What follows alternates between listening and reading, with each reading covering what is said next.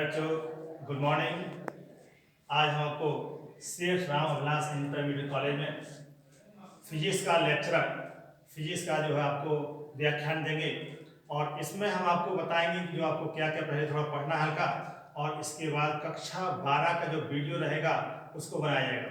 कक्षा 12 में ये मान के चलिए कि आप जो क्लास कर रहे हैं यहाँ पर ऑनलाइन तो है ही, लेकिन मान के चलिए कि यह क्लास आपका ऑफलाइन जैसा है, और ताकि आप ध्यान से पढ़ें और हर चीज़ को समझें। इस प्रकार हम आपको सबसे पहले बताते हैं कि आपका कूलाम का पहला चैप्टर है आपको विद्युत तथा क्षेत्र, विद्युत आवेश तथा क्षेत्र, पहला पाठ ये आपका है कक्षा 12 का।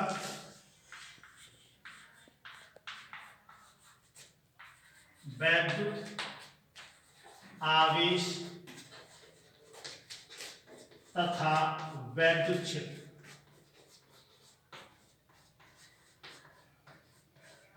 ये आपका कक्षा 12 का पहला चैप्टर एनसीईआरटी का है। इसमें सबसे पहले हम आपको डिस्कशन कराएंगे कि वैद्युत आवेश क्या है। ठीक, देखो बेटा, वैद्युत आवेश,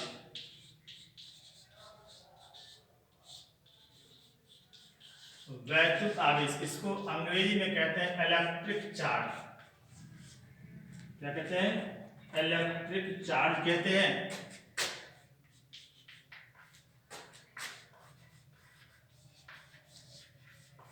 अब ये इलेक्ट्रिक चार्ज है क्या चीज, ये जानना जरूरी है। तो इलेक्ट्रिक चार्ज क्या होता है? किसी वस्तु द्वारा ग्रहण किया गया, किसी वस्तु द्वारा ग्रहण किया गया वह गुण जिसके कारण दो वस्तुएं या तो एक दूसरे को आकर्षित करती हैं अथवा प्रतिकर्षित करती हैं। तो वस्तुओं द्वारा ग्रहण किया गया ऐसा गुण, जिस गुण के कारण दो वस्तुएं या तो आकर्षित करती हैं अथवा प्रतिकर्षित करती हैं, उस गुण का नाम रखा गया आवेश। तो आवेश क्या है? वस्तुओं द्वारा ग्रहण किया गया वह गुण जिसके कारण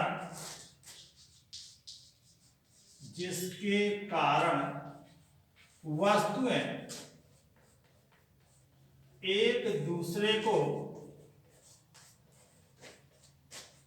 आकर्षित अथवा प्रतिकर्षित करती हैं,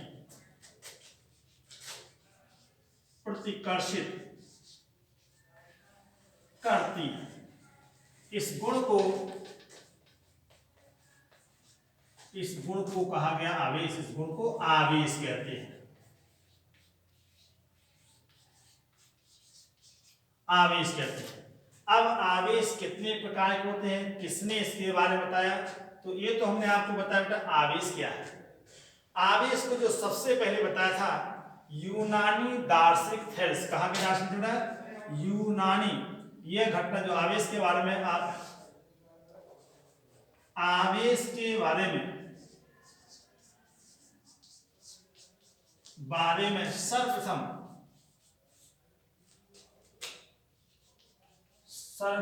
आज से लगभग 2600 वर्ष पूर्व, 2600 वर्ष पूर्व यूनानी दार्शनिक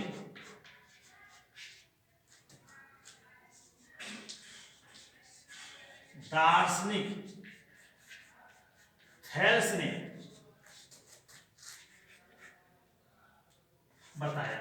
तो सबसे पहले जो बताया था यूनानी दार्शनिक आवेश के बारे में, सबसे पहले किसने बताया? आवेश के बारे में सबसे पहले यूनानी दार्शनिक थेल्स ने बताया था। और आज नहीं, आज से लगभग 2600 साल पहले घटना है, बहुत पुरानी घटना है। और इन्होंने ये बताया था कि आवेश आता कैसे है, इसके बारे में बताया था। तो अभी आपको बताते हैं।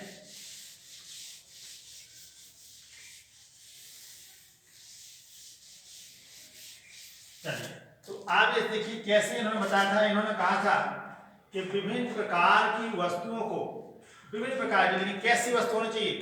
कुचालक वस्तुएं। तो देखिए एक इसमें मिलेगा आपको आवेश कैसे आता है, इसके बाद आवेश तीन प्रकार से आ सकता है। एक होता है घर्षण वैद्युतिकी, मतलब तीन प्रकार से आवेश आ सकता है। तो जरा देखें, पहले हम आपको बताते हैं घर्षण वैद्युतिकी।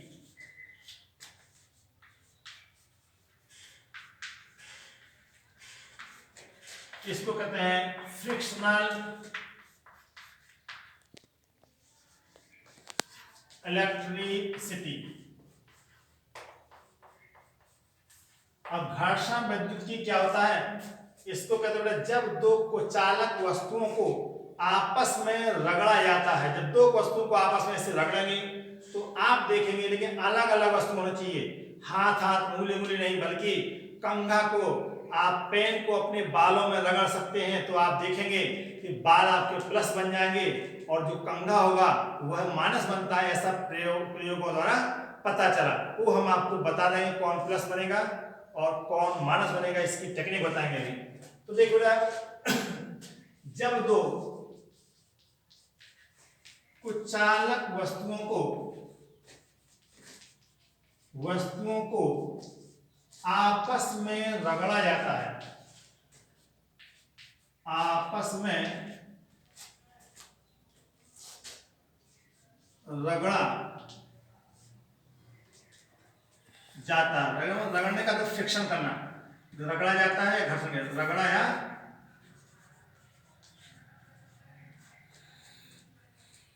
रगड़ा या इस पर घर्षण किया जाता है।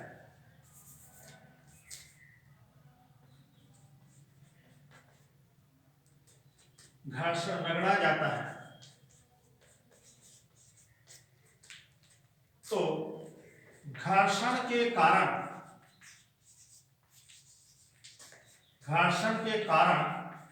एक वस्तु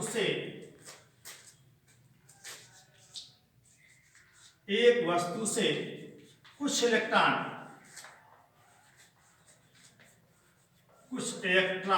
दूसरी वस्तु में चले जाते हैं, दूसरी वस्तु में चले जाते हैं।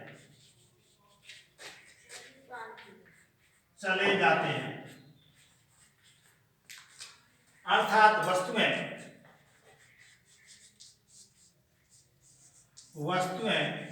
आवेश ग्रहण कर लेती हैं,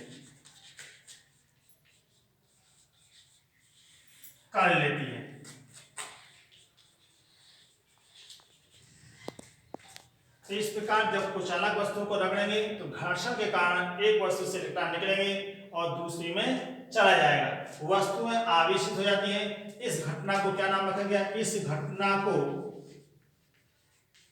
कहते हैं घर्षण वैद्युतिकी।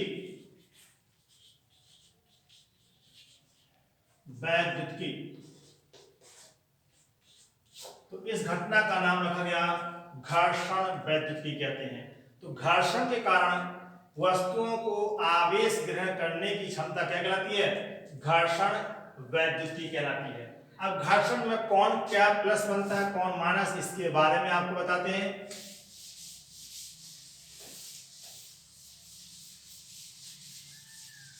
तो कैसे प्लस बनेगा, कैसे माइनस बनेगा, तो देखते हैं। हम पहले आपके एग्जाम में लिखा देते तो आप समझ भी जाएंगे। एक उदाहरण देख जरा, इसको कहते हैं उदाहरण, एक्स लिख दिया, इसका था उदाहरण एग्जाम्पल में। और देखो इसको हम प्रैक्टिकल लाइफ में भी आप दिखाएंगे कि कैसे आप इसको पहचान पाएंगे कि घर्षण द्वारा आवेश आता है नहीं। आपने देखा होगा गर्मियों के समय आप बिस्तर पर जाइए, थोड़ा कमरा में अंधेरा कर दिए और झटके से अपने टेरिकॉट की शर्ट को उतार दिए, तो आप देखेंगे उसमें चट चट की आवाज आती है और अंधेरा भी है वास्तव में, तो आप देखेंगे लाल रंग का स्पार्किंग भी होती है। इस प्रकार आप देखेंगे किसके कारण यह घटना जो हो रही है, यह घर्षण के कारण बिजली पैदा होने के कारण ऐसा होता है। तो आप जब गर्मी में एक झटके से कपड़ा उतार देंगे, वूलन कपड़ा होना चाहिए, सूती कपड़ों में यह घटना नहीं हो पाती है, इसमें क्योंकि बाउंड्री इलेक्ट्रॉन पाए जाते हैं और जबकि प्लास्टिक में बड़े आसानी से इलेक्ट्रॉन हट जाते हैं। तो जब हम वूलन कपड़े उतारते हैं झटके से, जैसे रोएदार है, जैसे स्वेटर है, गर्मी में स्वेटर कोई पहनता नहीं है, लेकिन तो भी आप झटका उतार प्रैक्टिकल तो कर ही सकते हैं। तो आप देखेंगे चट चट की आवाज आती है, जैसे बांस को हम तोड़ते हैं तो चरचराता है। इसी प्रकार की आवाज उसमें भी आती है। अंधेरा होगा तो चिंगारी भी प्राप्त होगी। तो जैसे हम बताएं, आपको एग्जाम्पल और बताएं, कांच। जब कांच की छड़ को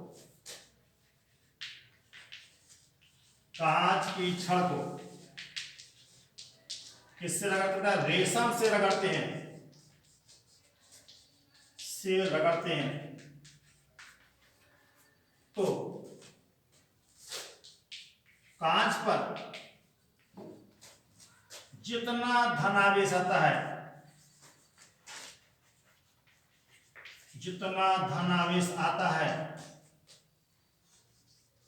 उतना ही ऋण आवेश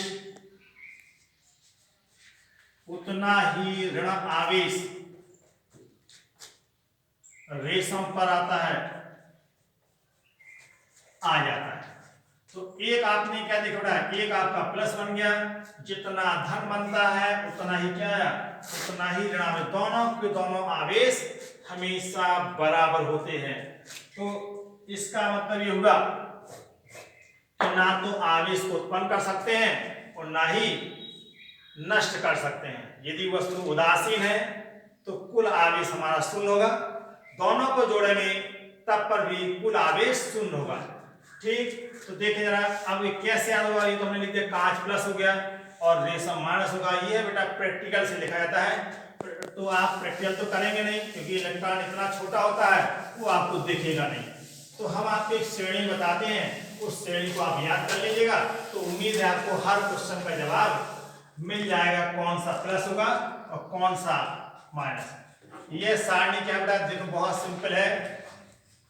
बिफला करेला खा गए, का रेत गए।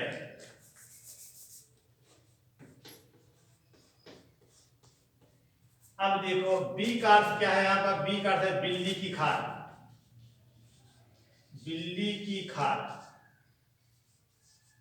एक एक शब्द का अर्थ है। पहला है बिल्ली की खाल, दूसरा है फर मतलब फलालेन। ऐप का अर्थ क्या है यहाँ पर? बी से है बिल्ली की खाल। दूसरा क्या है बेटा? फा का अर्थ है फलालेन, रोएदार भाग, फलालेन। तीसरा है ला से होता है लाख, का से होता है कांच। ये सब प्रक्रिया द्वारा लिखा गया। रा से हो गया रेशम, रे से क्या है? रेशम। और ला से है लकड़ी, ला से बन गया लकड़ी। और गा से बन गया गंधक।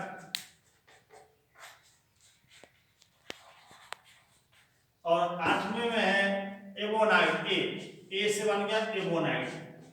आबनूस को कहते हैं, इसको एबोनाइट, आबनूस की छड़। तो देखिए, इनमें किसी विफला करेल गए, इसमें किसी दो वस्तुओं को आपस में रगड़ दो, किसी को रगड़िए, तो आप देखेंगे जो शब्द पहले लिखा हुआ है हमेशा धनात्मक पाया जाएगा। यहां देखो बिल्ली, हमने अभी एक एग्जाम्पल लिखा था, कांच और रेशम को आपस में रगड़ा था। तो आपको देखिए एग्जाम्पल लिखा था, तो प्रैक्टिकल द्वारा देखा गया तो कांच धनात्मक हुआ और रेशम हमारा ऋणात्मक हुआ। इस प्रकार आपने देखा कि दो वस्तु को रगड़ा, तो इनमें किसी दो को रगड़िए, ऊपर वाली वस्तु हमेशा धनात्मक होगी जबकि उससे नीचे वाली वस्तु हमेशा ऋणात्मक होगी। किताब में जो एग्जाम्पल दिया बिल्ली की खाल और एबोनाइट, उसमें लिखा था बिल्ली की खाल हमेशा धनात्मक बनती है। क्या बेटा देखिए, आप खुद देखें, क्या बिल्ली की खाल ऊपर लिखा गया? जो वस्तुएं इस सारणी में जो वस्तुएं ऊपर लिखी गई हैं वे हमेशा धनात्मक होगी और उसके नीचे वाली हमेशा क्या बनेगी? ऋणात्मक। यदि हम फलालेन और लाख को रगड़ेंगे तो फलालेन प्लस बनेगा, लाख क्या बनेगा? माइनस बनेगा। लाख और कांच को रगड़ेंगे तो कांच, लाख चूंकि ऊपर है इसलिए लाख प्लस बन जाएगा और कांच क्या बनेगा? माइनस बन जाएगा। कांच और रेशम को रगड़ेंगे तो कांच क्या बनेगा बेटा? प्लस बनेगा, जबकि रेशम क्या बनेगा? माइनस। इस प्रकार उम्मीद है कि आपको यह कॉन्सेप्ट समझ में आ गया होगा। तो बिफला करेला खा गए में पहले लिखी वस्तु सदैव क्या हो बेटा? सदैव धनात्मक होगी। अब आपको कौन पहले लिखी कौन बाद में आपको साफ साफ दिखाई दे रहा है। पहले बिल्ली खा लिखी, बाद में फलाना लिखा, लाख लिखा, तो किसी दो को रगड़ दिए, पहले जो होगा हमेशा क्या लिखा, वो प्लस बनेगा, उसके नीचे वाला माइनस बनेगा। इस प्रकार से ये था आवेशन घर्षण विद्युत में आवेश किस प्रकार से था, कौन प्लस बनता है और कौन माइनस। आवेश कैसे निकालते हैं, तो इसको कहते हैं, एक शब्द होता है आवेशन, मिलेगा आपको चार्जिंग, अंग्रेजी इसको कहते हैं चार्जिंग। बोलने की बैटरी डिस्चार्ज हो गई, चार्ज करा लो, मोबाइल की बैटरी अक्सर डिस्चार्ज हो रही इस समय, तो क्या होता है बेटा, चार्जिंग का अर्थ है किसी वस्तु द्वारा आवेश ग्रहण करने की क्रिया को आवेशन कहते हैं। जैसे बैटरी डिस्चार्ज हो गई, प्लग लगा देते हैं तो उससे करंट आपको वोल्टेज मिलता है और आपकी बैटरी क्या है, चार्ज। बैटरी जो होती है आपकी आवेश को इकट्ठा कर लेती है, इस घटना को कहते हैं आवेशन। तो क्या लिखेंगे, किसी वस्तु द्वारा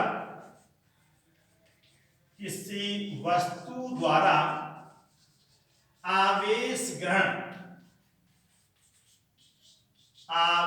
करने की क्रिया को आवेशन कहते हैं, आवेशन कहते हैं। अब आवेशन में वस्तु या तो धनावेश हो सकती है या वस्तु ऋण आवेश, कुछ भी हो सकती है। आवेशन कहते हैं, आवेशन में किसी वस्तु पर आवेश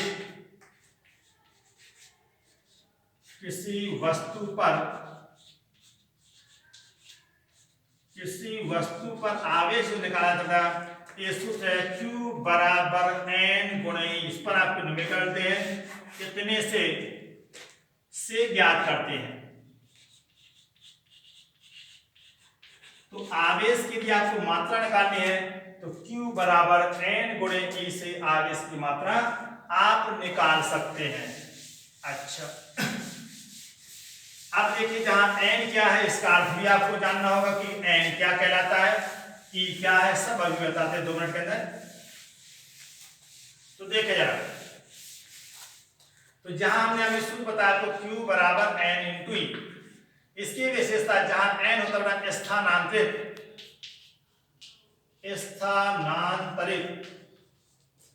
इलेक्ट्रॉन, और N का से जो क्या होगा, जो हमेशा पूर्ण गुणित होंगे, पूर्ण गुणक होंगे। पूर्ण गुणक का अर्थ है N का मान कभी भी आपका आधा, 2.5, 7.3 इत्यादि नहीं होगा।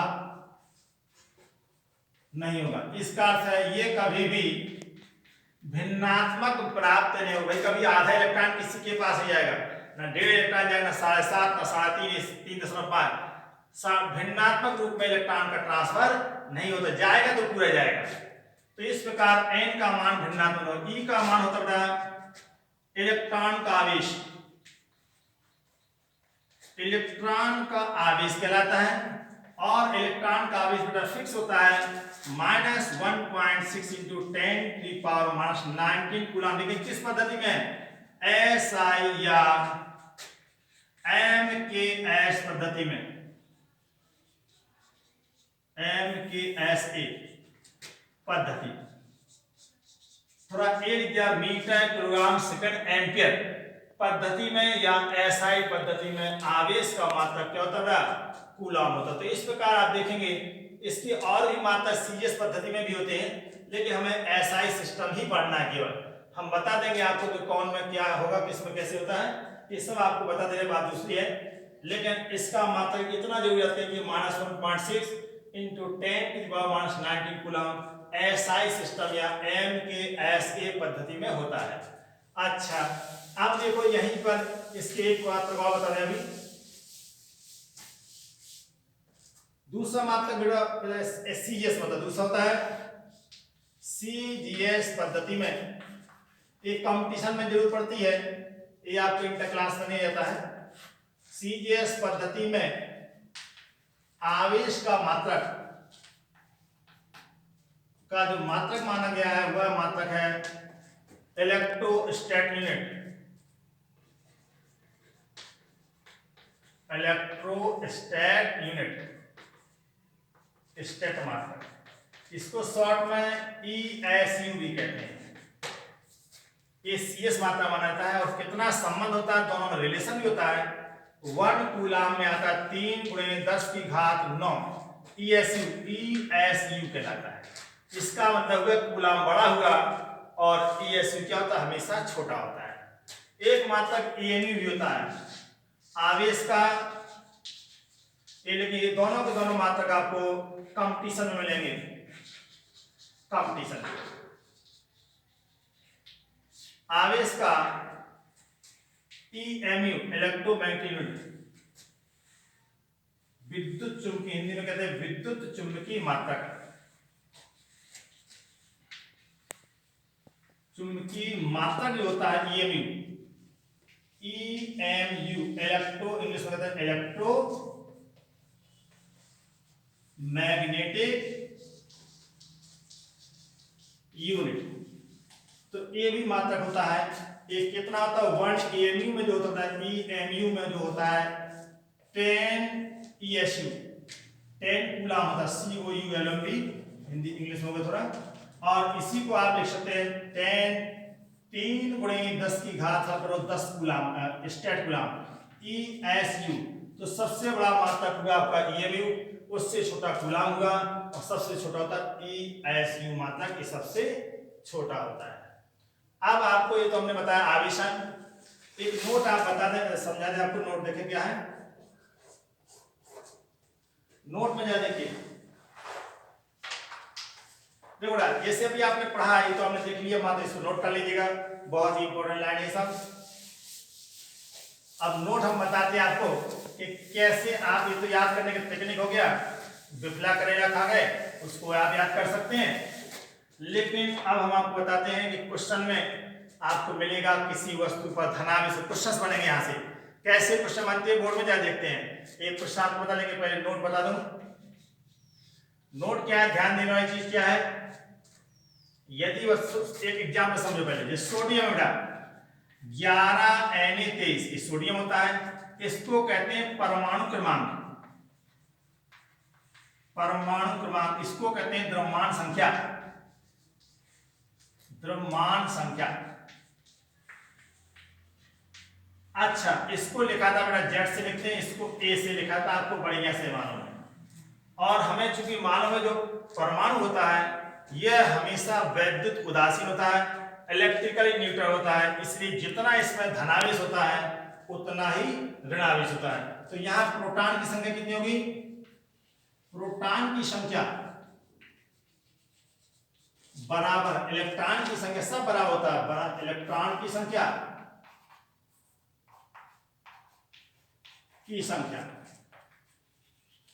और यही आपका कहलाता है जेड। ये सब बराबर होते हैं, Z is equal to P is equal to, सब के सब क्या होते हैं, हमेशा संख्या में बराबर होते हैं, आवेश में नहीं।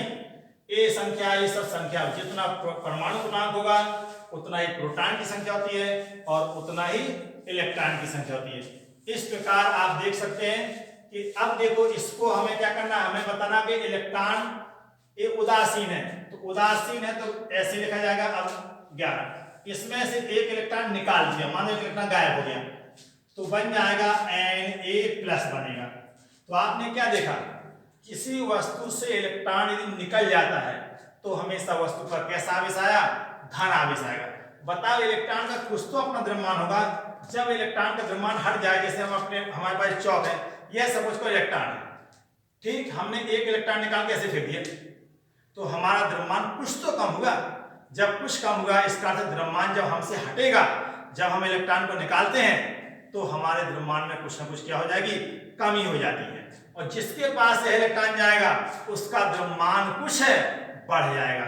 इस प्रकार आपने क्या देखा भाई, कॉमन चीज है, हम एक रुपए का सिक्का लिए हैं, ठीक है, अभी हमारा वजन टोटल हमने नाप लिया, एक हमारा दोस्त खड़ा होगा मोहन, हमने 1 रुपए निकाल के उसको दे दिया, तो हमारे जो वेट में कुछ कमी हो जाएगी, लेकिन उसका द्रव्यमान क्या होगा, कुछ बढ़ जाएगा। भाई ठीक है 60 किलो 80 किलोग्राम है, सिक्का जाए 10 ग्राम का होगा, कुछ तो कम होगा। लेकिन इस प्रकार आप देखेंगे जब इलेक्ट्रॉन किसी के पास जाता है तो उसका द्रव्यमान में कुछ वृद्धि हो जाएगी और जिससे जाएगा उसके द्रव्यमान में सदैव कमी हो जाती है। तो इस प्रकार आपने देखा यदि वस्तु पर धनावेश है तो इलेक्ट्रॉन की क्या है होती है कमी। तो हम नोट लिखा रहे थे वस्तु पर धनावेश है, वस्तु पर धनावेश है, इसका मतलब क्या हुआ धनावेश है। इसका अर्थ हुआ कि उससे कुछ इलेक्ट्रॉन